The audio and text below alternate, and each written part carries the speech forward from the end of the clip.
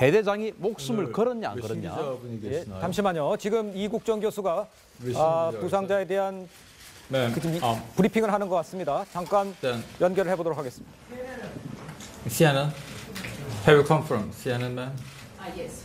Oh, well, yeah, actually, I'm in charge of this trauma center, and if you have any kind of question, that you'll be able to ask me anytime. That do you have a simultaneous translator here?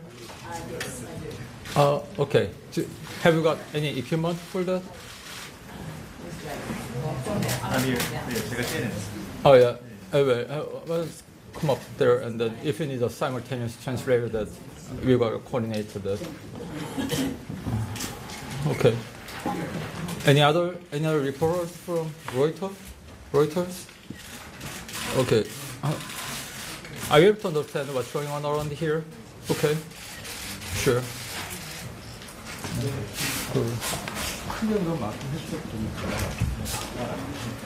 자, 지금 이국정 교수가 귀순병 주치에 대해서 인터뷰를 했는데 지금 잠시 그 외신 기자들이 그 동시 통역을 좀 들을 수 있는 상태냐 이런 걸 좀 확인을 했습니다. 그래서 로이터가 있냐 CNN 기자에게 동시 통역을 지금 들을 수 있는 상태냐 이런 거를 확인을 했고 잠시 후에 지금 브리핑을 할 예정인 것 같습니다. 병원 측은 회복한 그 북한 병사의 상태를 공식 브리핑을 잠시 후에 할 예정입니다.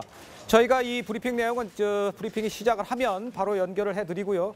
그 북한군 병사 넘어온 CCTV 이야기를 좀 더 해보도록 하겠습니다. 아까 언급해 주셨지만 그 좀 정리를 다시 해보면 지금 다시 3명은 앞에 간 게 확실하다. 대대장도 차마 갈 수 없어 들어간 건 그거는 맞는 것이다. 이런 얘기죠. 그러니까 이제 대대장이 이 영웅담의 어떤 그 핵심은 대대장이 직접 그 포복을 해서 끌고 왔냐 이게 중요한 게 아니고 대대장이 목숨을 걸었냐 이거거든요. 그렇습니다. 목숨을 걸었죠. 그래서 유엔사 공보관 이야기가 저 자리는 저 북한 초소에서 아주 잘 보이는 자리이기 때문에 굉장히 위험한 자리다라고 보원 설명해줬고 실제 저 판문점 지역에 가보면 북한군 초소와 우리 초소가 좀 지그재그로 이렇게 서로 간에 침범을 해 있는 영역들이 있습니다. 그래서 서로 간의 어떤 지점들을 잘 보이게끔 이렇게 지그재그로 엮어놨거든요. 그래서 북한군 지역에서 잘 보이는 지역이다. 대대장은 목숨을 걸었죠.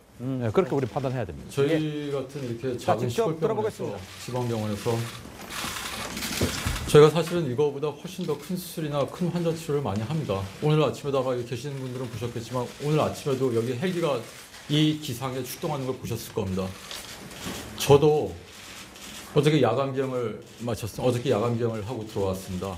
서산 지역에서 크게 사고 났었거든요. 저희는 맨날 비행하고 환자분 모시고 와서 어떻게든지 살리려고 수술하고 하는 게 저희의 데일리 액티비티입니다. 그런데 여기 마이크가 나왔다 안 나왔다 하는 거예요, 지금? 다른 걸로 봐. 그런데 사실 어떻게 보면 의사나 병원이 환자분을 치료한다는 게 그냥 루틴으로 돌아가서 해야 되는 일인데 저희 기관 같은 데가 그런 경험이 많이 없다 보니까 이렇게 조금 국가적으로 좀 주목받는 일을 하다 보면 굉장히 많은 큰 불협화음이 터지는 것 같습니다. 저도 사실은 오늘 환자 브리핑은 거의 없을 겁니다. 여러분도 아마 이 말씀 들으셨겠지만 저희 홍보팀장이 여러분들께 말씀드릴 때 몇 번을 번복하셨을 겁니다. 오늘 브리핑은 없고 보도자료로만 제출하겠다고 하신 게 사실은 최근 며칠 동안 벌어졌던 그 일련의 문제들 때문에 저희 병원장님께서 굉장히 격노하셨고요. 제가 그저께도 병원장님실에서 2시간 동안을 불려가 있었고 어저께도 한 1시간 반. 제가 외상센터 지을 때 병원장님을 면담한 횟수보다 이 환자분을 일주일 치료하는 동안에 병원장님께 호출을 받은 게 더 많다고 생각될 정도로 저희 기관 전체가 견디기가 힘들었습니다. 왜냐하면 외부에서 굉장히 나쁜 의견이 제기되거나 그랬을 때 저희 기관 같이 작은 신생의과대학은 견디는 힘이 없습니다. 여러분들이 많이 선호하시는 서울에 있는 소위 말하는 빅5 의과대학들은 웬만큼 학교에 큰일이 있거나 그래도 견디는 힘들이 있지만 저희는 그럴 힘이 없습니다. 그래서 병원장님께서도 브리핑을 취소하라고 말씀하셨는데 지금 이거 한국의 외신 기자까지 들어와 있는데 저희가 그렇게 하면 그것도 굉장히 창피한 일 아니겠습니까? 그래서 오늘 환자분에 대한 얘기를 원래 파워포인트로 만들어서 다 이렇게 또 자세하게도 드릴 수도 있는데 제가 말씀을 못 드리는 걸 이해를 해주시기 바랍니다.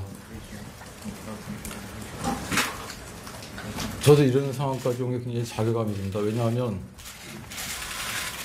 의사들이 이렇게 환자분에 대해서 쉽게 생각하지 않습니다. 저는 칼을 쓰는 사람입니다. 일반 사람들이 하는 말대로 외과 의사가 쓰는 칼과 살인자들이 쓰는 칼은 칼 잡는 각도만 다르다고 할 정도로 저는 그 칼로 사람 몸을 가르고 들어가고 장기를 띄어내고 혈관을 발라냅니다. 의사의 전체 영역, 의학의 전체 영역 중에서 외과 의사들은 가장 어떤 단순하면서도 굉장히 전문화된 일에 아주 특화되어 있는 사람들입니다. 그래서 저희는 말이 말을 낳고 낳은 말이 행동으로 이어지지 못하면서 말의 잔치가 돼버리는 그런 복잡한 상황 속에서 저희는 그걸 헤쳐나갈 힘이 없습니다. 그래서 여러 기자분들께 충분히 저 정보를, 환자분에 대한 정보를 드리지 못해서 제가 굉장히 자괴감을 많이 느끼고 있습니다. 오늘 그래서 어떻게 하다가 이렇게까지 됐는지 파워포인트 좀 띄워주세요. 나 포인터 좀 줘보실래요? 말씀을 드리겠습니다. 저희가 왜 이렇게밖에 할 수가 없었는지 말씀을 드리겠습니다. 환자분을 치료하고 보는 것은 이벤트가 아닙니다. 이거는 어떤 영화에서 보는 것처럼 환자가 술 딱 끝나면 그 다음날 눈을 뜨고 금방 걸어나가서 퇴원하고 이렇게 하는 건 영화에나 나오는 얘기지 실제로 그렇지 않습니다. 여러분은 지금 앞에 보도자료를 보고 계실 겁니다. 보도자료에는 오히려 환자분의 그런 정보에 대해서 1차에서도 제가 차마 담지 못했던 그런 것들이 더 있습니다. 기생충이 많이 문제가 되는 걸로 알고 있는데 기생충보다 더 큰 문제는 사실 바이러스 감염이나 그런 겁니다. 만성 B형 간염은 한국에서도 한때 굉장히 창궐했던 질환으로 나중에 간경화나 간암까지 가는 전구 상태가 되기 때문에 그런 것들에 대한 정보를 최대한 노출하지 않고 그렇게 하려는 애를 쓴 것이 첫 번째 보도자료가 되겠습니다. 그냥 간 기능이 안 좋다는 말씀만 드렸지 그런 것도 신경을 썼는데 그런 부분도 그래서 2차를 통해서 나갔습니다. 나 여기 포인트 좀 줘보실래요? 나 포인트 왜 안 주세요? 예.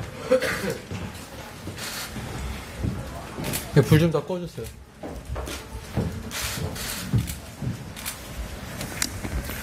다시 한번 말씀드립니다. 제가 이거를 오늘 말씀드리지 않으면 다시는 말씀드릴 기회가 없을 거고 계속 이렇게 논란의 의혹만 이렇게 제기되는 상황에 빠질 것 같아서 제가 어쩔 수 없이 말씀을 드립니다. 기자분들 시간을 너무 많이 뺏어서 정말 죄송을 하고 바쁘시는 분들은 그냥 중간에 그리고 저런 얘기 필요 없다고 생각하시는 분들이 아마 많으실 겁니다. 저도 제가 이 얘기를 하게 되는 이런 상황이 정말 괴롭습니다. 사실은 그 환자분은 여러분은 그 환자분한테 포커스가 맞춰져 있지만 제가 어저께 밤에 출동해서 데리고 온 그 수술한 환자 지금 또 저희 경기소방항공대 이 기상에 출동하는 경기소방항공대 파일럿들하고 케빈 크루 저 외상센터 의료진들이 지금 사투를 벌이고 있는 그 환자는 아마 생명을 잃을 가능성이 높습니다. 저희들한테 그런 환자가 여기 150여 명이 있습니다. 150여 명의 중증 외상센터를 100병상으로 만들었는데 한 달 반 만에 다 찾고 정말 죄송한 말씀입니다. 저 솔직히 말씀드리면 지금 바로 제가 여기 오기 30분 전부터 아주대학교병원 중증외상센터에서는 환자를 더 수용하지 못해서 처방방자청에 바이패스를 걸었습니다. 바이패스는 뭐냐 하면은 우리 병원에서 수용할 수가 없으니까 그럼에도 불구하고 밀고 들어온다 그럽니다. 밀고 들어오는 환자분들은 받을 수가 있지만 중환자실이 단 하나도 없습니다. 전에 동아일보에 박민우 기자라는 사람이 있었습니다. 여기서 그때 석혜균 선장님 때였었는데 그때 여기서 그 단편적인 기사나 백그라운드를 보지 않고 굉장히 지엽적인 것만 노력을 많이 하는 모습을 보고 제가 그렇게 하지 말고 백그라운드를 봐야 된다고 이면을 들여다보고 공부를 많이 해야 된다고 되게 야단친 적이 있습니다. 지금은 잘 성장해서 카이로 특파원으로 가 있는데 저는 그런 청년들이 많이 나오길 바라고 이번에 한국으로 귀순한 북한 병사는 본인의 의사로 넘어온 게 제가 느끼기엔 그렇습니다. 저하고 얘기를 많이 해보니까 본인의 의사로 넘어왔는데 그 사람이 죽음을 무릅쓰고 빗발치는 총알을 뚫고 자기 몸에 적어도 4발 이상을 맞아서 거의 죽어가면서 여기까지 온 이유는 자기가 생각했던 한국의 긍정적인 모습을 기대하고 왔지 중증외상 환자가 갈 데가 없어서 수용을 못하거나 환자분들이 제대로 처리되지 않아서 돌아가시는 모습을 보려고 그걸 알려고 한국에 온 건 아닐 겁니다. 저는 여러분들께 분명히 말씀드릴 수 있습니다. 이 환자가 다치고 나서 주한 미 8군의 더스트업 팀들이 저희 병원까지 사고 현장에서부터 이송해 오는데 30분, 정확히 30분이 걸렸고요. 그 환자가 저희 병원에 도착해서 응급처치를 마치고 수술방 들어갔는데 30분 걸렸습니다. 이게 제가 배웠던 미국과 영국과 일본에서의 스탠다드입니다. 미국에서 나온 교과서에 가이드라인에 그렇게 돼 있고 주한 미군들이 저희 병원에서 연간 2,000명 이상의 치료를 받습니다. 그중에 상당수가 블랙호크 헬기로 더스트업 팀들이 치료합니다. 1회 이벤트성으로 끝나는 게 아니라 그런 모습을 보면 그런 행동이 매일매일 그런 활동이 이루어지고 있습니다. 여러분, 기자 여러분, 저는 기자분들께 굉장히 감사한 마음을 가지고 있습니다. 대한민국의 중증외상센터는 결코 아주대학교 병원에서 자체적으로 만든 것도 아니고 의료계에서 만든 것도 아닙니다. 몇 분 주장하시는 분들이 있지만 저 같은 사람이 저는 정책을 만들지 않습니다. 정책을 만들지 못합니다. 말단 노동자일 뿐이기 때문에 저는 그냥 정책의 도구로서 위에서 만들어주는 데까지만 일을 할 수가 있습니다. 이건 기자분들이 여론을 환기시키고 정치권에서 결정을 해주고 관료들이 움직여줬기 때문에 만든 거고 저는 그래서 지금도 중증외상센터를 만들어준 사람은 국회 전문위원 허윤정 전문위원이라고 생각하고 있습니다. 2005년부터 의료계 그 누구도 신경을 진정성 있게 가지지 않을 때 그분이 응급의료기금을 만들고 그분이 중증외상센터를 세워준 거나 마찬가지입니다. 저는 그 정책의 도구로서 그렇게 혼신의 힘을 다해서 그렇게 센터를 만들어줬는데 여기에 적어도 이 사선을 넘어 들어오는 중증외상 환자를 잘 치료해야 된다는 그런 의무감을 가지고 있습니다. 다시 말씀드리지만 온몸이 만신창이가 돼서 넘어온 북한 군인이 이제 대한민국의 청년이 한국에서 살면서 기대하는 삶의 방향은, 삶의 모습은 자기가 어디서든지 일하다가 내지는 위험한 곳에서 위험한 일을 당해서 다쳤을 때 30분 내로 헬기로 오건 그라운드 앰뷸런스로 오건 30분 내에 중증외상센터에서 적절한 치료가 벌어지고 그리고 병원에 사선을 넘어서 병원에 도착하고 나면 30분 내로 아니면 적어도 1시간, 30분 내로는 골든 아워 이내에 환자의 수술적 치료가 이루어지는 나라에서 살려고 여기를 넘어왔다고 저는 생각을 합니다. 만약에 이 친구가 지금은 북한군인 신분으로 우리 주한 미군이 30분 내로 환자를 데리고 오고 그래서 지금 어떻게 보면 목숨을 거기서 데리고 오면서 헬기 안에서 주한미 더스토프팀 장병들이 응급조치를 잘 해가지고 살아서 왔는데 한국에 만약에 살면서 어디서 사고가 났는데 정작 그때는 마치 지금 한국에서 벌어지는 일들처럼 환자가 갈 데가 없고 그리고 이 친구 어디 전화 걸 데가 없고 무슨 고위 관료, 정부 관계자 아니면 적어도 여러분들 같은 언론인들의 아는 끈이 없어가지고 병원에 전화 한 통 할 데가 없어가지고 응급실에 척 깔려 있다가 허무하게 생명을 잃는다면 이 사람이 여기 왜 넘어왔겠습니까? 우리가 만들고자 하는 세상은 저는 그런 방향이 돼야 된다고 생각하고 거기에 가장 중요한 역할을 해주셔야 되는 분들이 바로 이 자리에 계신 언론인 분들이라고 정말 생각합니다. 제가 간곡히 부탁드립니다. 제가 이렇게 말씀을 드리는 건 이번이 마지막이라고 말씀드리는 것은 중증외상센터 및 보건복지부의 정책에 대해서 감사원 감사가 이루어지고 있습니다. 여태까지 많은 문제가 있었고 국민의 혈세를 투입한 중증외상센터들이 제 기능을 못하는 거에 대해서 저 자신도 창피할 때가 굉장히 많습니다. 그리고 더 나아가서는 저희 병원만 해도 전공의들이 거의 없습니다. 외과계 전공의는 전혀 없습니다. 어디 보면은 제 동료 의사들조차도 이제 제가 전공의들 폭행하고 때리고 가오잡는 의사라고 얘기를 많이 하시는데 때릴 전공의가 있어야 때리죠. 그 외과에서는 일반 외과 같이 비인기 종목에서는 1980년대 다 없어진 일입니다. 그런 게. 그런데 저희가 앞을 미래를 보면 오늘 하루하루는 때울 수 있을지 몰라도 중증외상센터는 분명히 말씀드릴 수 있는 건 대한민국에서는 지속 가능성이 없습니다. 그건 여기 CNN 기자가 오신 미국에서나 가능한 일입니다. 지금. 어차피 지속 가능하지 않는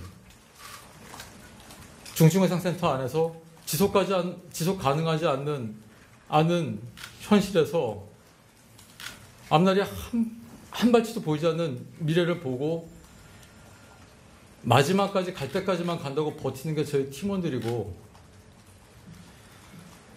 저희들이 감염된 환자의 피를 뒤집어 쓰고 수술을 하고 이럴 때 저도 어렵게 수술하다가 여러분들이 원하시면 제 다리를 까서 보여드릴 수도 있습니다. 헬기는 관광용 장난 헬기가 아닙니다. 여러분들이 타시는 자, 편안한 지금 북한 귀순병 상태에 대해서 이국정 교수가 브리핑을 예정을 했습니다만 내용은 시청자 여러분들 보셨습니다만 조금 상황 내용보다는 귀순 병사의 상황 내용보다는 지금 본인이 처한 상황에 대하든가 좀 말이 말을 낳는 상황 같다든가 이렇게 해서 지금 굉장히 불편한 심정 이런 걸 좀 드러낸 것 같습니다.